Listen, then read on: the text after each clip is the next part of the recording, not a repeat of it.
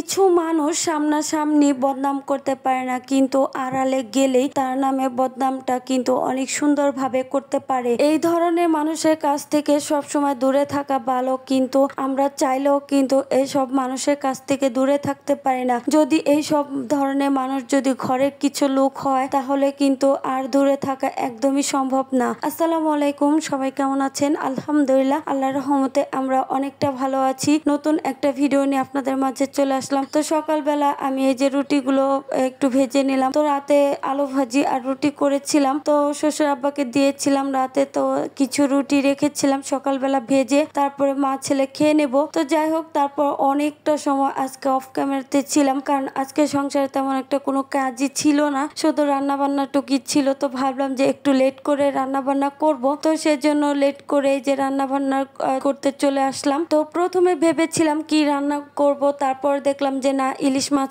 আছে। তো ফ্রিজে দেখলাম কিছু সবজি আছে, তো বের করে নিয়েছি। তো চিচিঙ্গা ভাজি করব ডিম দিয়ে, আর ইলিশ মাছ বেগুন দিয়ে আলু দিয়ে রান্না করব। তো যাই হোক, আমি যখন চিচিঙ্গা ভাজি করার জন্য আমি কিন্তু সবসময় চিচিঙ্গা রান্না করার আগে একটু পানিতে সিদ্ধ করে নিয়ে তারপরে ভাজিটা করি। তো প্রতিবারে আমি যেভাবে ভাজি করি সেভাবে করছিলাম। তো হঠাৎ করে ডিমটা একটু সন্দেহ মনে হচ্ছিল যে কি ব্যাপার, এরকম একটু কালো হলো কেন উপর দিকে। তো একটা বাটিতে ঢেলেছিলাম, তখন দেখলাম ডিমটার ভেতরে অনেক বেশি নষ্ট হয়ে গিয়েছে। তো ভাগ্য ভালো যে ভাজিতে দিয়ে দেনি, তাহলে পুরো ভাজিটা আমার নষ্ট হয়ে যেত। তো যাই হোক, তারপর আরেকটা ডিম বের করে তারপরে কিন্তু আমি চিচিঙ্গা ভাজিটা করে নিয়েছি। তো ডিম দিয়ে চিচিঙ্গা ভাজি কিন্তু খেতে বেশ ভালোই লাগে। তো আমি সব সময় ডিম দিয়ে চিচিঙ্গা ভাজি করি। তো বরাবরই আমি কিন্তু ইলিশ মাছ রান্না করি না কেন, সবসময় একটু ভেজে রান্না করি। যে কোনো মাছই আমি ভেজে রান্না করি। মাছ ভাজা ছাড়া রান্না করলে কেউই খাবে না, আমি নিজেই খাই না, তো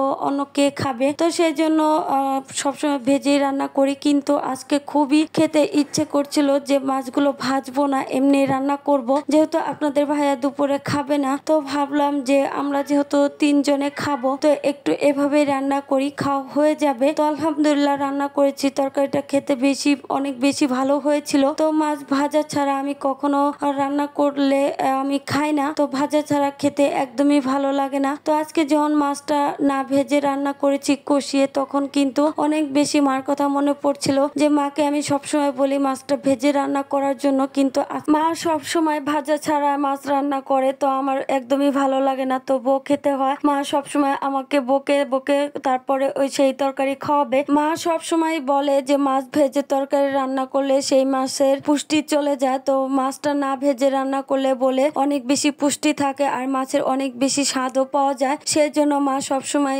ভাজা ছাড়াই রান্না করে। তো যাই হোক, আজকে আমি না ভেজে রান্না করেছি, খেতে খারাপ লাগেনি, ভালোই লেগেছে। তো ভিডিওটা কেমন লাগলো অবশ্যই কিন্তু জানাবেন। আজ এ পর্যন্তই, আল্লাহ হাফেজ।